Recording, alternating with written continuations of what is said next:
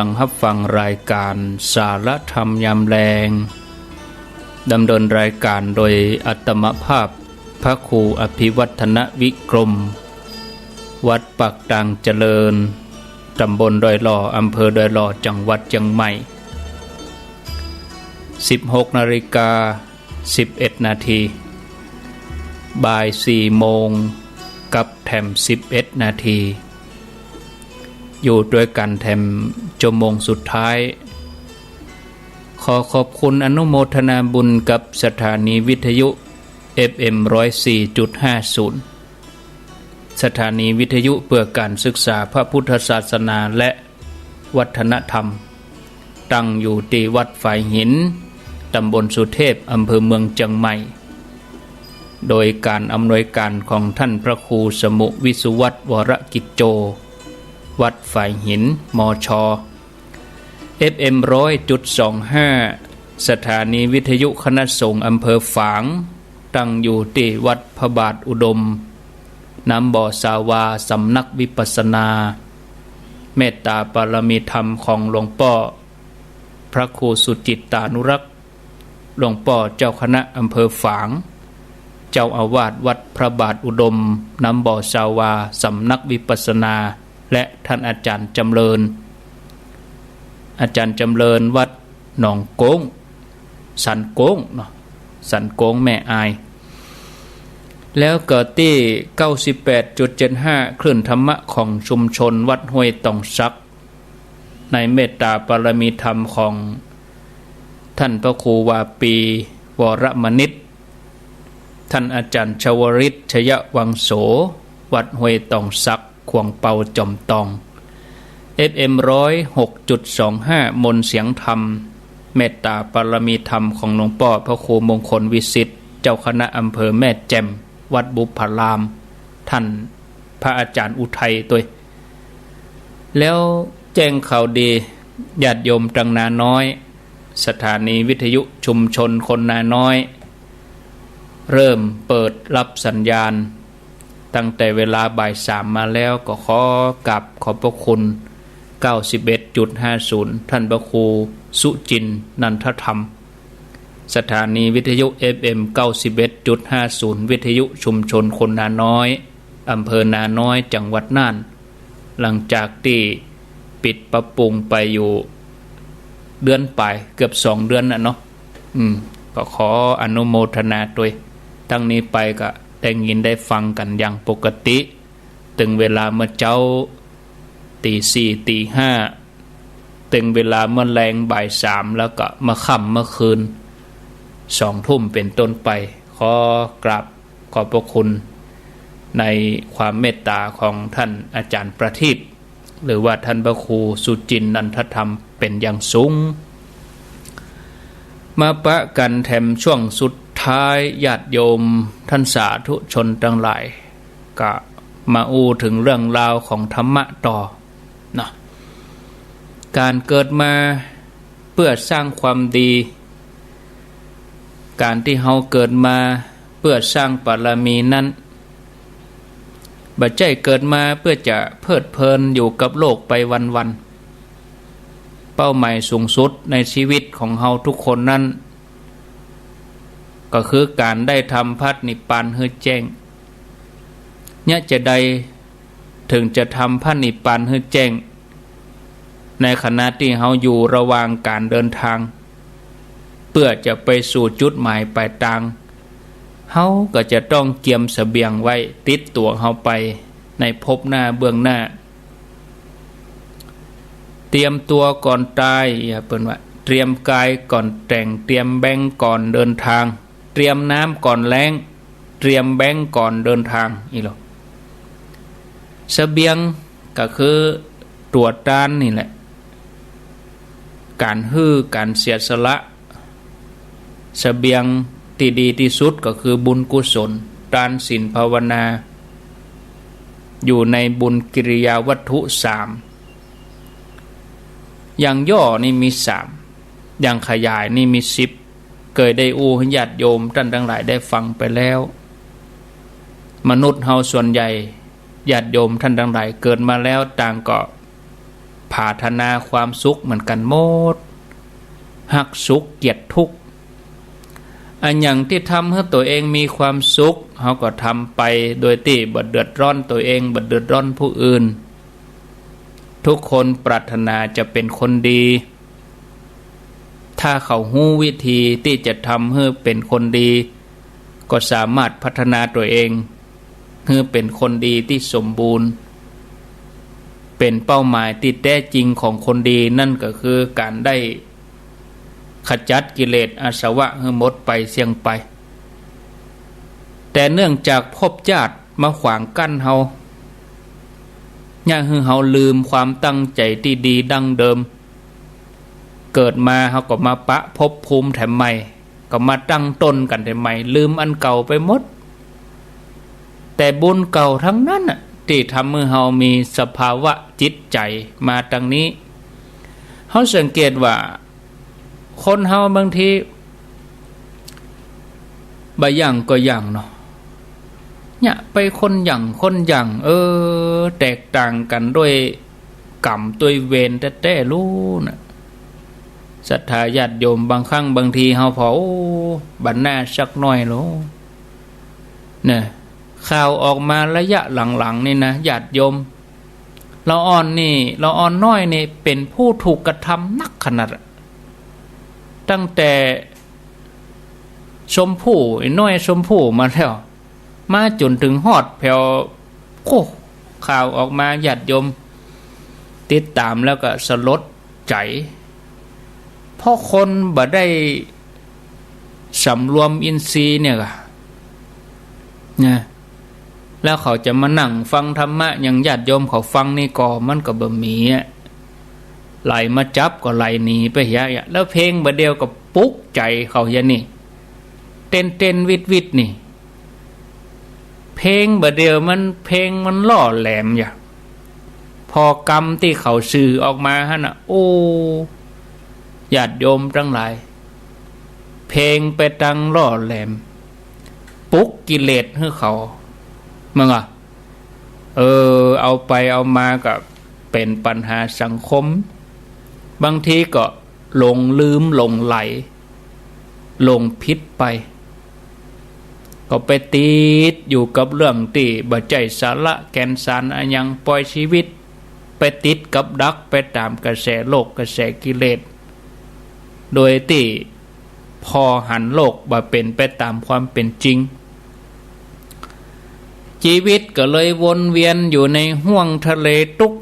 แห่งวัฏสงสารนี้เลยไปเกิดพบใหม่ก็มาร่ำบนอยู่หั่น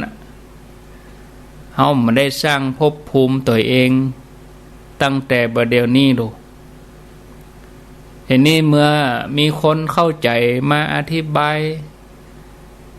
มีตัวอย่างที่ดีมาแนะนำที่ดีมีแสงสว่างที่ดีเฮาถึงจะรู้จักโลกเป็นไปตามความเป็นจริงเพื่อจะรู้จักเพื่อรู้คิงน้ำปิงโปแห้งจะมานั่งไหว้พระก็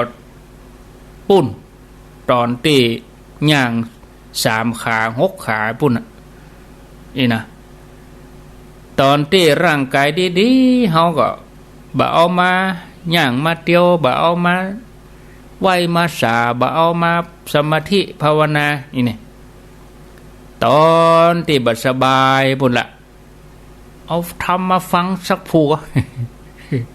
ไปส่งเคราะห์ให้แม่ก็ส่งเคราะห์ส่งจนตามเตียนเฮือกรรมสืบจะตาเฮือกรรมมาทำสปะเพราะอย่างเพราะใครหายแต่ร่างกายมันรับบ่ไหวญาติโยมมันบ่รับรู้ตอนที่เฮารับรู้ตอนที่เฮาฮู้อยู่เฮาก็ต้องฝึกเอาฝึกกับฝึกไว้คนเดียวฝึกไว้ฝึกษาเนี่ยเฮาถึงจะฮู้ไปตามความเป็นจริงความยึดมั่นถือมั่นความหลงติดอยู่กับสิ่งที่ไร้สาระมันก็จะคลายลงไปก็จะเล่าเรื่องให้ญาติโยมฟังหน่อเหมือนเรื่องของเปื้อนของนางวิสาขานางวิสาขานี่เปิ้นดีนะญาติโยม เป็นมหาอุบาสิกาแต่เปื้อนของเปื้อนนี่หลงไหลไปตั้งอบายติดสุราเรื้อรังก็เดียวกันเนาะ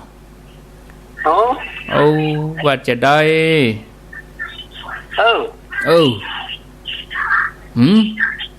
ยังฮะที่ไหนก็ที่ไหนอ่ะโทรหาไผอ่ะเจริญปอนโทรหาไผโอ้พ่ออ่านหมอยาอ่ะเจ้าที่ท่านเหรอโอ้ก็ไปหมอยาที่ไหนมันตู้เจ้ากันนี่นะครับมาติดกันนี่ไปอ่ะปวดท้องเมื่อคืนน่ะมันถึงว่าติดแล้วตัวฟ้าตัวตันเบิ้ลนะยะนะนี่อยู่ที่ไหนอยู่ใต้แดนครับปอยอินตราอำเภออย่างไรไปเดินหลวงสิมาท่านอ๋อก็บ่ได้เปิดวิทยุกันฟังนะปอเดี๋ยวคนนั้นบ่เปิดวิทยุกันบ่เปิดโอ้นั่นบ่เปิดวิทยุกันบ่เปิดวิทยุกันครับบ่เดียวเนี่ยบ่เดียวนี่บ่เปิดกันอย่าไปเฮือนให้สภาพท่านก็ห้อมได้สักกรรมอ่ะเดี๋ยวเนี่ยบ่เปิดวิทยุกะเปิดก่อนครับเปิดวิทยุก่อนนั่นจบข่าวยังเปจบข่าวครับเป็นยังตีก่อนเอาฟังหั่นก่อนฟังวิทยุหั่นก่อนครับนั่นเพิ่นจะฟังกันวันนี้จะไปโทรเด้อเดี๋ยวปิดโทรศัพท์ก่อนก็มาอ่านยุ่งหเฮาปิดก็เฮาก็กลัววิทยุดับเพิ่นจะโทรมาบอกว่าวิทยุดับอีหมะเปิดละไว้ก็อย่างอีหมะก็มีสัปะหน้าเฮ็ดซ้ำหายญาติโยมเปิ้นโทรมานะจะเอาก็เฮ็ดไข่ห่านไข่เหลืองเนี่ยไม่นี่3 ควกนะอีหลงโอ้โทรหาไผนี่ก็มึงนะกะ โอ้บะใจนะนี่มันตัวเจ้านะโอ้สุมาตัวเจ้าอีหลงแล้วคนเฒ่ามีหั่นเนี่ยคนเพิ่นฟังวิทยุแล้วเพิ่นก็จำเบอร์โทรอาตมา0998366322นี่เนาะไปฟังวิทยุถึงวันน่ะจะโทรหาหลานซะมากดใส่เบอร์อาตมาไปจะนักโอ้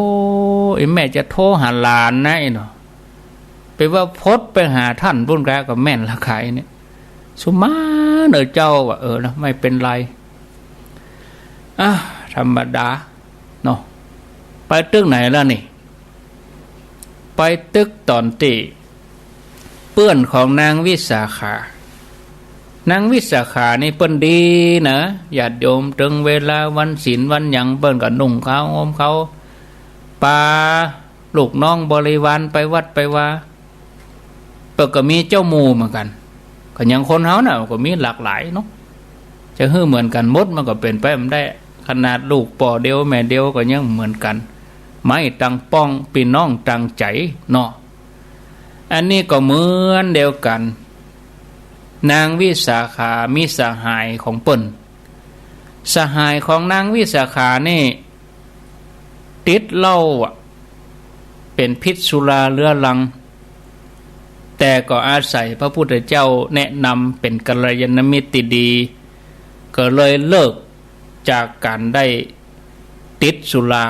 หันมาปฏิบัติธรรมเรื่องราวนี้มีเกิดขึ้นมาในสมัยพุทธกาลเล่าให้ญาติโยมฟังเนาะในเวลาที่มี 16:25 นาที4:25 นาทีละก็คงจะพอดีกับเวลาเรื่องมีอยู่ว่าในเมืองสาวัตถีมหาอุบาสิกาวิสาขานี่นะเป็นผู้ที่มีชื่อเสียงนักในเรื่องของการทำความดีเป็นอุบาสิกาก็เลยเป็นที่ฮู้จักของคนตึงเมืองก็ฮักดังวิสาขาไผก็ใครคบหาสมาคมคนดีนี่ไผตึงใครเป็นญาติหรอกถึงแม้บ่ฮู้จักก็ตึงใครฮู้จักโอ้อันนั้นก็ หลานผมนะ ที่จริงก็บ่จึงฮู้จักโอ้อันนั้นก็พี่น้องทั้งพุ่นพี่น้องทั้งแม่นะฮู้จักกะเนี่ยคนดีไผก็ใครเข้าหาลองบดีมานามสกุลเดียวกันมันใครเปลี่ยนน่ะ เนาะแต่ก็ญาติโยมเนาะขนาดเป็นหลานเฮายังบ่ใจบ่ฮู้จักนี่ถ้าบดีนะถ้าดีนี่โอ้ไผก็ใครคบหาเนาะเหมือนนางวิสาขาเนี่ยฉะนั้นโยมจะเป็นคนดีก็ว่าเป็นคนบดีจะเป็นคนที่มีชื่อเสียงก็ว่าจะเป็นคนที่มีชื่อเสียเนาะถ้าคนมีชื่อเสียงก็ไปทางดีถ้ามีชื่อเสียก็ไปทางบดีอย่าไปใกล้มันเด้อบ้าตอนนั้นนะมันตีนยาวมือยาวมันขี้ลักนะมันขี้ยานะอย่าไปคบมันเด้อนี่นะมันเป็นอย่างนี้ญาติโยมนางวิสาขานี่เปิ้นทำความดีหรอคนตั้งหลายกับฮู้จักไผกับใครคบหาสมาคมหมายความว่าไผจัดงานก็ไปเจอนางวิสาขามานั่งเป็นประธานถ้านางวิสาขามานั่งงานใดแสดงว่างานนั้นโอ้เป็นตีม่วนอกม่วนใจปุ้ยไม่อุ้ยก็ยังเดียวกันเนี่ยโยมท่านทั้งหลายถึงแม้เฮาทำงานอย่างบ่ไหวเฮาไปนั่งหั่นเป็นหลักโอ้งานนั้นก็รู้สึกว่าโอ้เป็นงานยิ่งใหญ่ขึ้นมาเลยทีเดียวมีหน้ามีตาโอ้อีแม่นั่นมาอีป่อนั่นมาเนี่ยเจ้าภาพเปิ้นม่วนใจอันนี้คือคนที่เปิ้นมีคุณค่าเปิ้นทำความดีเสมอต้นเสมอปลายเราอ่อนเข้าหาก็ไปกำไปไหวเราอ่อนก็ไปทักทายปราศัยเคารพนับถือนี่นะแต่ถ้าเราปฏิบัติบดีไปที่ไหนกับแบมเซลออนเขาไปที่ไหนก็แซม โอ้ใครตึมใครเข้าใกล้นี่นะอันนี้ญาติโยมในสมัยนั้นถ้าหากนางวิสาขาอุบาสิกาไปร่วมงานบุญกุศลที่ใดก็แสดงว่าที่นั่นเป็นสิริมงคลเวลามีงานสำคัญเปิ้นก็จะไปเจอนางวิสาขามาร่วมเป็นประธานพ่องประธานร่วมพ่องมาเป็นเกียรติมาเป็นผู้ทรงเกียรติอีเนาะขนาดว่านางวิสาขานี่มีอายุ100 ปีก็พอเหมือนสาวอยู่อีหรอเพราะว่าเปิ้นงามตึงตังนอกตังในเป็นเบญจกัลยาณีเนาะทีนี้เปิ้นเป็นอริยะเจ้าด้วยนะเป็นโสดาบันมีศีลเป็นอาภรณ์กลิ่นศีลของเปิ้นนี่หอมขจรขจายสมัยนั้นก็มีกุลบุตรอยู่500 คนก็ได้ปาภรรยาเพื่อจะไปฮู้จักกับนางวิสาขาจะเฮือภรรยาของเขาซึมซาบเอาคุณความดีเอาคำสอนของนางวิสาขาอย่างน้อยก็ได้สักกึ่งก็ได้อีหรอไผก็ตามที่ได้ไปคบหากับนางวิสาขาก็จะเป็นคนดีอีเตอะหมู่ปอดใจหมู่นี้500ก็เอาภรรยาตัวเองไปฮือนางวิสาขาแนะนำฮือฮู้จักเวลาเปิ้นไปกินไปตานอย่างที่ไหนฮือไปด้วยเปิ้นนี่นะเพื่อจะเปิดเส้นทางบุญเปิดหนทางสวรรค์ปิดหนทางไปมโนหกท่านผู้ฟังญาติโยมคนดีไผๆก็อยากสมาคมบังเอิญช่วงนั้นเปิ้นมีงานอย่างหัวเนาะงานเทศกาลงานมหรสพเกี่ยวกับการลื่นเริงบันเทิงก็มีการดื่มสุราอีกอะในงานก็เปิ้นจะเอาสุรามักอย่างดีมาประกวดกันสุราของไผรสชาติดีครองใจนักดื่มนี่นะ เพิ่งก็จัดงาน7 วันภายใน7 วันนี่เป็นว่าตึงเมืองหยุดงานหมดวะญาติโยม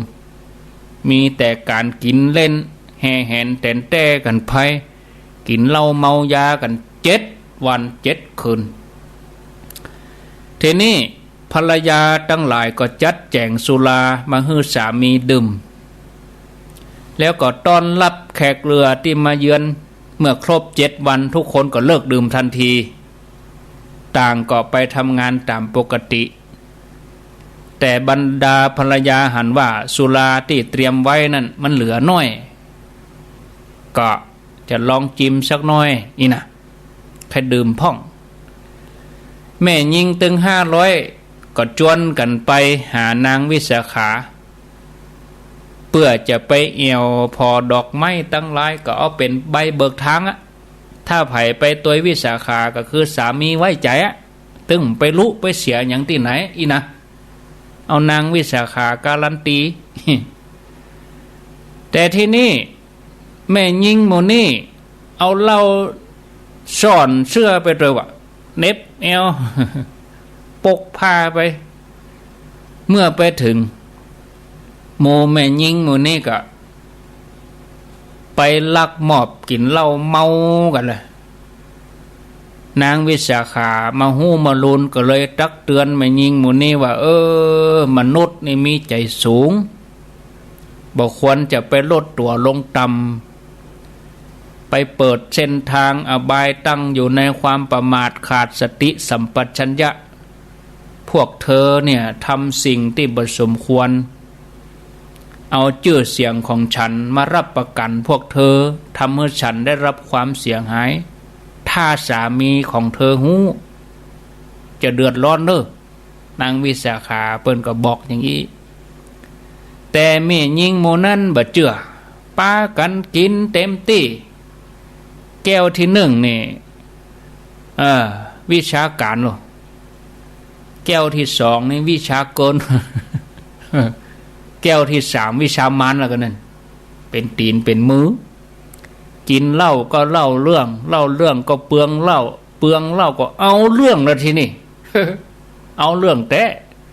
ปิกไปบ้านสามีได้กลิ่นสุรายับได้ว่าภรรยาไปลักกินเหล้าได้เรื่องแต่คนนั้นก็ตาปั๊มคนนั้นก็ปากแตก คนนั้นก็หัวโน ไปกินยังหยังกระสูยังกินจบข่าวเมื่อ7 วันแล้วสูยังกินก็อันนั้นมันกินมันเป็นมหากรรมโลกมันเป็นมหากรรมเหล้าโลกเปิ้นเฮากินโลกเปิ้นปิดเมืองโลกอันนี้มันหมดเขตแล้วหมดโปรโมชั่นแล้ว อุ้ยว่าอย่างเป็นโปรโมชั่นเฮาก็บ่ฮู้เหมือนกันเฮาได้ยินเข้ามาสามีก็ลงมือบุกอะสั่งห้ามภรรยาแต่นี่ต่อไปห้ามดื่มเด็ดขาดถึงอย่างอันท่านผู้ฟังเมื่อมีงานมหรสพประจำปีแม่ยิงโมนี่กับติดใจในรสชาติสุราเกิดความคึกขนองขึ้นมา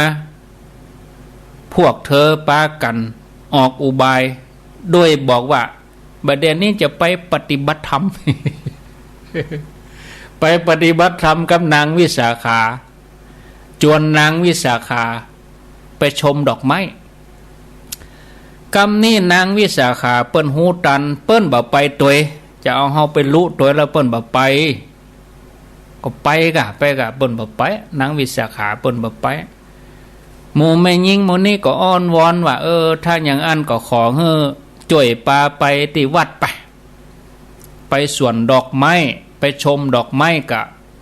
บ่ไปบ่เป็นหยังเดี๋ยวนี้มีข้ออ้างละไปเอาไปวัดไปอันนี้ถ้าเป็นกรรมบ้านเฮาก็เอาตูเจ้าไปอ้าง เนาะป้าบ่ไปสวนก็ไปดอกไม้บ่ไปสวนดอกไม้ก็ไปวัดพระเจตวันเมื่อนางวิสาขาว่าโอ้บ่ได้นี่เธอเขามีใจจะไปวัดกะแม่นแล้วยกมือสองไผจะไปวัดพอง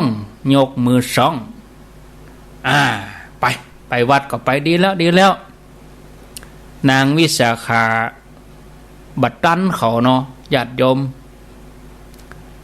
เข้าใจว่าหมู่บรรดาแม่ยิงถึง500นี่ใครไปฟังธรรมเมื่อไปถึงวัด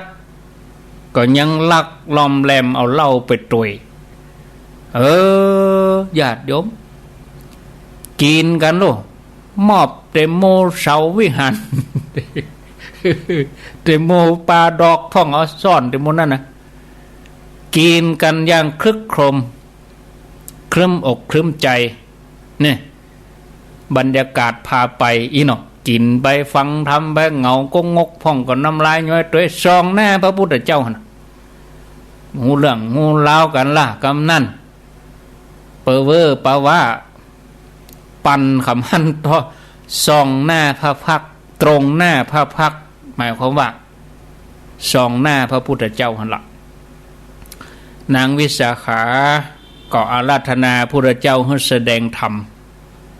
เนี่ยก็ไปได้จะได้ญาติโยมทั้งหลายเนาะคณะที่แม่ยิงหมู่นั้นกำลังดื่มฤทธิ์สุราก็ออกฤทธิ์เมาเต็มที่แสดงอาการบัดสำรวมพ่องก็ตบมือตบยังหดก็ใส่พระเจ้าเตะเข้าไปแปลว่ามันมีแต่เมินแล้วเซลพ่องอีกนี่แต่ว่าตัวลุง เอามาเกิดถึงสภาพนะเนาะญาติโยมเนาะนะแม่ยิงโมนี่ก็ทำกิริยาบ่เหมาะบ่ควรส่องหน้าพุทธเจ้าพระองค์ก็ทรงหันเหตุการณ์อย่างนั้นก็ทรงมีประสงค์จะให้หมู่นางได้สติเกิดความละอายพระองค์ก็บันดาลให้มีความมืดเข้ามาปกคลุมมืดเลยญาติโยมจากเมื่อวันเป็นเมื่อคืนมืดเลยบ่มีไฟสักดวงหมู่แม่ยิงหมู่นั่นบอกกองพระพุทธเจ้าบันดาลให้มันมืดกลัวแล้วกันนี่สว่างหมดกว่าสางเมาเป่งไปเลยวะพระองค์ก็ทรงหายไปจากที่ประทับพระองค์ไปปรากฏบนท้องฟ้าเป่งชับพรรณรังสียิ่งกว่าเดือนดาวทั้งหลายพระองค์ตรัสกับแม่ยิงหมู่นั้นว่าเธอทั้งหลายมาสำนักของเฮาบ่ควรเป็นผู้ประมาทเพราะพวกเธอประมาทขาดสติหมู่มารก็เลยหัวเราะเยาะเย้ยบัดนี้พวกเธอควรทำความอุตสาหะขจายเห่งดับไฟราคะโทสะโมหะให้หมดไปทันทีที่จบเทศนาพระธรรมเทศนาบรรดาแม่ยิงทั้งหลายก็ได้สติต่างก็สำเร็จเป็นโสดาบันเลิกดื่มจนตลอดชีวิตเด็ดขาดมาดื่มดำในรสพระธรรมนี่ท่านผู้ฟังฉะนั้นรสแห่งพระธรรมจึงชนะรสทั้งหลายทั้งปวงเมื่อเฮาเข้าถึงเฮาได้ริมรสแห่งพระธรรมแล้วเฮาจะบ่สนใจรสอย่างอื่นแถมเพราะรสอย่างอื่นนั่นมันเป็นเพียงแค่ชั่วคราวเฮาจะได้บ่ติดอกติดใจสิ่งที่ไร้สาระเฮาจะได้เกิดดวงปัญญาหันโทษหันภัยของสิ่งที่มันจะปาเฮาไปทางอบายเฮาจะหันว่าการเป็นคนที่เสพของเสพติดทุกสิ่งอย่างเนี่ยจะทำให้เสียทรัพย์โดยเปล่าประโยชน์เสียชื่อเสียงเป็นบ่อเกิดของโลกบางทีทำอย่างลงไปขาดสติถึงเวลาเปิ่นยับได้โอ้บางคนนี่บอกว่าขาดสติบางคนก็ว่ารู้เท่าบ่ถึงการมันจะไปมีได้อย่างใดญาติโยมบางคนจะทำอย่างลงไปนี่ดื่มให้มันฮึกเหิมให้ใจกล้าเนี่ยพอจ้างตรวจเต้าแมวนี่ฮะบางคนก็ฮึกเหิมขึ้นมาไปบุบไปตีภรรยาบุบลูกบุบเมียก่อการทะเลาะวิวาท บ้านนี้ไงเหลือเปิ้นเนี่ยขึ้นกองล่องกองเนี่ยเสียเงินเสียทองขับรถก็เสียย่ำพอข่าวฮะเนาะเอารถไปจนตำรวจเสียมีแค่เสียกับเสียแทนที่จะเกิดประโยชน์เป็นโทษนะอันเนี้ยญาติโยมจะไปเอามาเป็นอุปกรณ์ในการทำลายร่างกายตัวเองทำลายชื่อเสียงเกียรติยศตัวเองนอกจากนี้ยังบัดทำให้ได้รับความเชื่อถือขาดความไว้เนื้อเชื่อใจอย่างเขาทำงานในองค์กรก็ดีราชการก็ดีเพิ่นบ่เอาหรอกที่เราไปทำงานเนี่ยคุณสมบัติของคุณคืออย่างผมดื่มวันละ3 ขวดเองเปิ้นก็ไปรับสมัครจะได้เปิ้นก็เอาคนดีคนที่ไว้วางใจนะครับมาทำงานเนาะคนไหนที่ขาดสติความทรงจำอันยังก็เสื่อมไปทำลายเส้นประสาทหรอเป็นบ่อเกิดแห่งความประมาทบางทีขับรถไปหน้าแดงกันนั้นมาแซงเขาจะย่ำไปกันนั้นขับ80เขาจะขี่90กันนั้นขี่90เขาจะขี่100มันก็ปันได้มีอุบัติเหตุเวยแถมหน่อยนอกจากจะเสียทรัพย์สินแล้วบางทีก็คนที่ไปตัวนั่นก็ได้รับอันตรายเนาะญาติโยมท่านทั้งหลายบางทีเปิ้นว่าคุณเนี่ยเมานะตำรวจเปิ้นตั้งด่านก็ยังเถียงตำรวจอยู่บ่เมาผมบ่เมานะขี่รถมายังว่าบ่เมาเด้อเปิ้นฮือจอดเปิ้นฮือพักก่อนคุณนี่ดื่มนักแล้วนะผมบ่ดื่มผมบ่เมาเถียงตำรวจอยู่เปิ้นฮือเป่าวัดปริมาณแอลกอฮอล์ก็บ่เป่าเนี่ยอาละวาดผลสุดท้ายมาพิษสุราหายแล้วตกแหมวันมานั่งคอตกล่ะโอ้ขอโทษล่ะตัวไปขอโทษติหันตินี่ผมขาดสติไปเนี่ยญาติโยมท่านทั้งหลายฉะนั้นญาติโยมถ้าเรามีความห่วงสุขภาพตัวเองห่วงลูกห่วงหลานก็ฮือจักจวนกันมา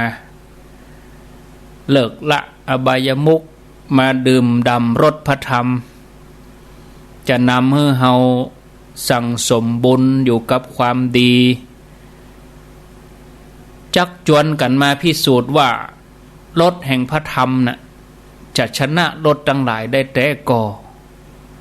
เริ่มจากทานศีลภาวนารักษาใจของเฮาให้สะอาดได้นักที่สุดช่วงเวลาแมลงแบ่งเวลาจวนลูกจวนหลานมาสวดมนต์ไหว้พระนั่งสมาธิกันเหี่ยพ้องแปลงห้องพระแปลงหิ้งพระจะไปแปลงไว้บดายแปลงไว้ยังหยังบ่แจ้เอาไว้ประดับบ่แจ้เอาไว้โชว์แปลงไว้รถแฝงไว้แล้วต้องไว้บ่แจ้ว่าแปลงห้องพระสักแต่ว่าอันนี้เป็นห้องพระเอาไว้โชว์ต่ออันเขาต้องไว้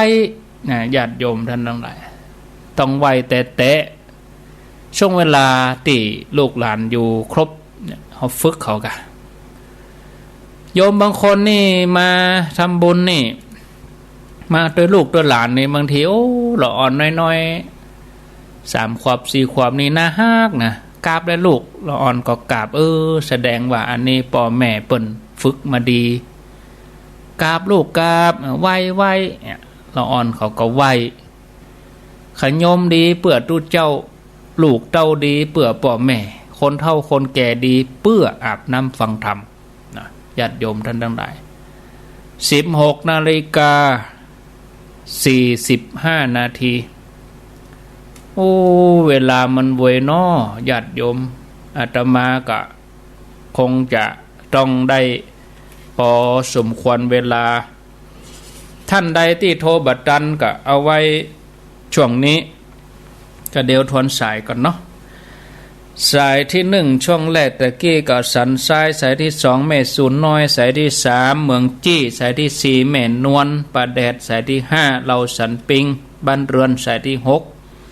อันนี้เน้นลักปัญโยนันสายที่เจ็ดน้องเบี้ยวสายที่แปดป่อบุญมีเมืองกลางสายที่เก้าสุดท้ายตะกี้ก็อยู่อันแจงหัวลินเมืองฝางช่วงที่สองนี่ว่าจะได้0998366322อ้าวไหวสาตุลุงมณิตกราบนมัสการท่านอาจารย์ครูบรรยงครับโอ้ทำผูกธรรมนิยายผูกนางวิสาขานี่นะมันโดนใจจะแตะอันลุงว่า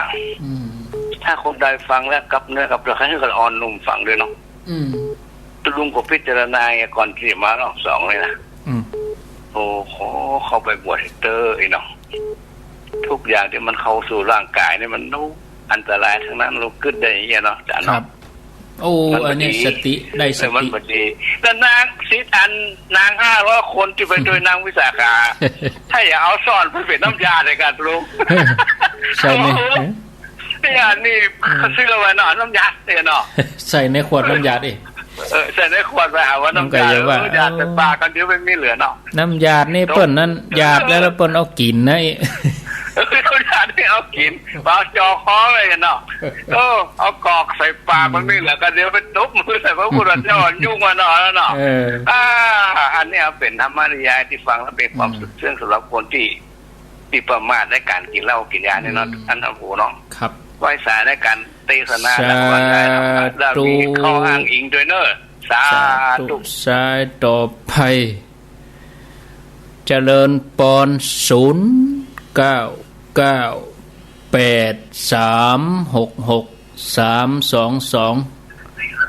เจริญปอนเจริญปอนติดแล้วเนอะติดแล้วเจริญปอนติดแล้วมาอู้ก็ใส่ใหม่มา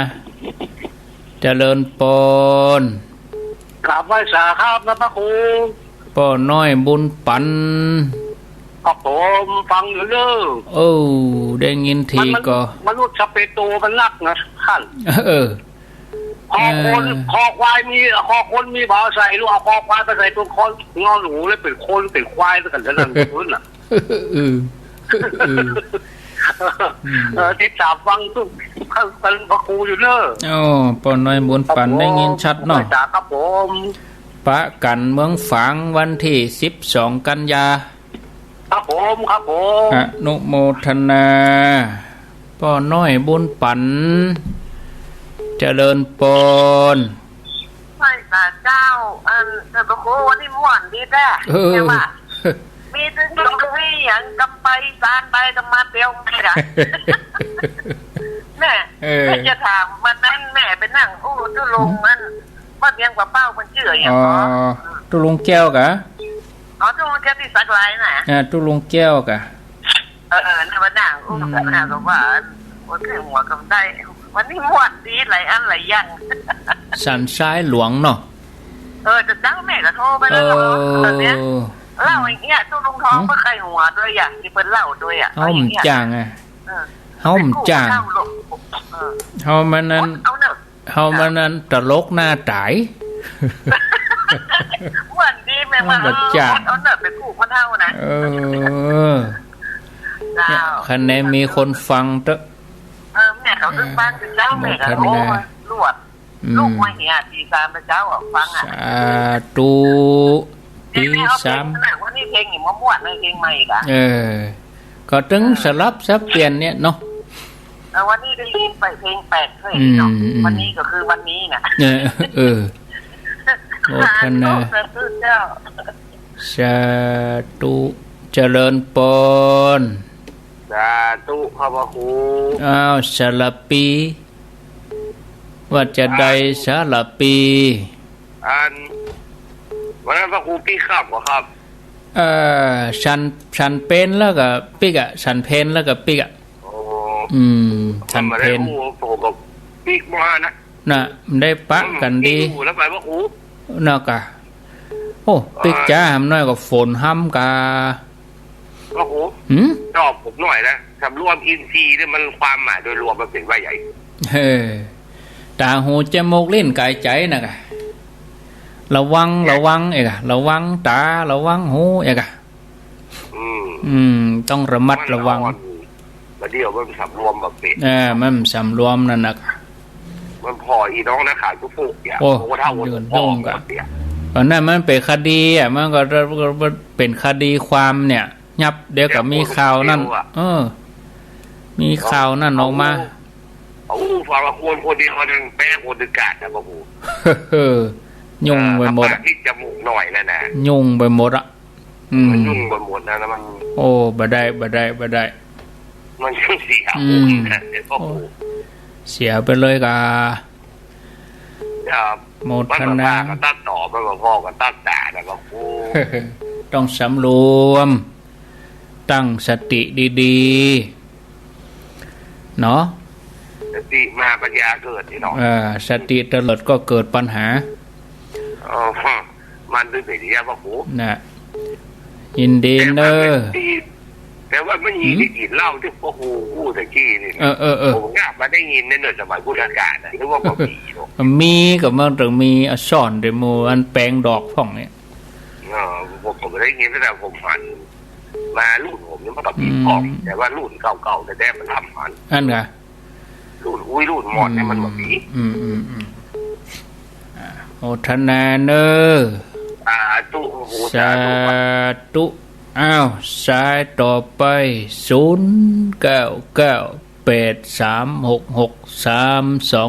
เอามีเข้ามาจะจะจากะ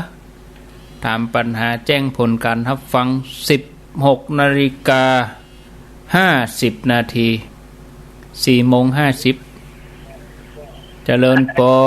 นนมัสการเจ้าจังหลังกาดแม่สาวสังกัดมาเจ้าตั้งอยู่หน้าเจ้าโอ้สายก็แรงกว่าแน่นขนาดข้างก็มีน่ะเป็นระยะเนาะใช่ค่ะว่าเจ้าแน่นนะก็แรงกว่าแน่นขนาดแน่นนะยกแล้วมันหลุดเป็นนะเจ้าโทรกี่ครั้งก็3 เตื้อแล้วมันโทร3 ครั้งเป็นยังพยายามเอาเจ้าพยายามเจ้าอยู่ดีมีสุขที่2ก็ล่างฝนมาตกกันเนาะก่อนอย่าว่านะมีก็ฮะเนาะช่วยกันแปลงฝนเด้อช่วยกันแปลงยังอ่ะช่วยกันห้ามอีกอ่ะแปลงฝนมันช่วยกันห้ามฝนแปลงก็มาติ๊กๆอ่ะช่วยกันห้ามเนอะอีกเพื่อเดือนกันยาก่อนล่างของนี้แล้วกันเนาะไปตามสภาพเดี๋ยวนี้ก็ตกชึกๆของมันนี่ตามสภาพดินฟ้าอากาศเปิ่นเนาะสาธุเอาเจริญปนเข้ามาเลยไม่สาเจ้าจากดังใดจอเจริญเจ้าจอเจริญนะเจ้าฟังชัดเจนได้ยินชัดโอ้ดีแล้วผลฟังกันหลายขนาดแต่ผลบ่กล้าโทรก็นั่นต้องมีคนโทรโต้เป๊ะเป็นยังก็โทรธรรมดาเนี่ยกะแบบโทรเป็นกำลังใจพระอาจารย์ก็นั่นกะต้องโทรมาพ่องกาเจ้าจอเจริญเจ้า12ปะกัน12กันยาเนอะที่พระบาทอุดมฝางแม่อายชัยประการเจ้าสาธุเจริญปนจากทางใดนะร้องอ้อเนาะแม่สีพันร้องอ้อแม่สีพันเจ้าตื่นมาจับพอดีเลยจับพอดีตี 3 ตี 4ตื่นแล้วมันจะตื่นของมันเองนะมันจะมีนาฬิกาปลุกอะไรลูกเจ้าได้หลายลูกควายได้น้อยเนาะพอจบตอนน้อยแล้วน้อย โอ้ดีแล้วเจ้าไปมันแบบม่วนนะฟังไปรับไปกับเป็นยังเมื่อวันนี้ยังแขวนนะเพราะว่าเราทำงานเนี่ยการบ้านลิขิตเจ้าแห่กันทำไปเปิดวิทยุฟังไปด้วยเนาะโอ้วิทยุแม่วิทยุยังแม่เสียไป2-3 วันว่าจะไปซื้อใหม่ที่ตรงนี้ได้ออกไปเอาแล้วไม่ให้แม่มาฟังแล้วมาเปิดฟังดีแล้วอ่ะมันก็เป็นมาซ่อมมันอ่ะ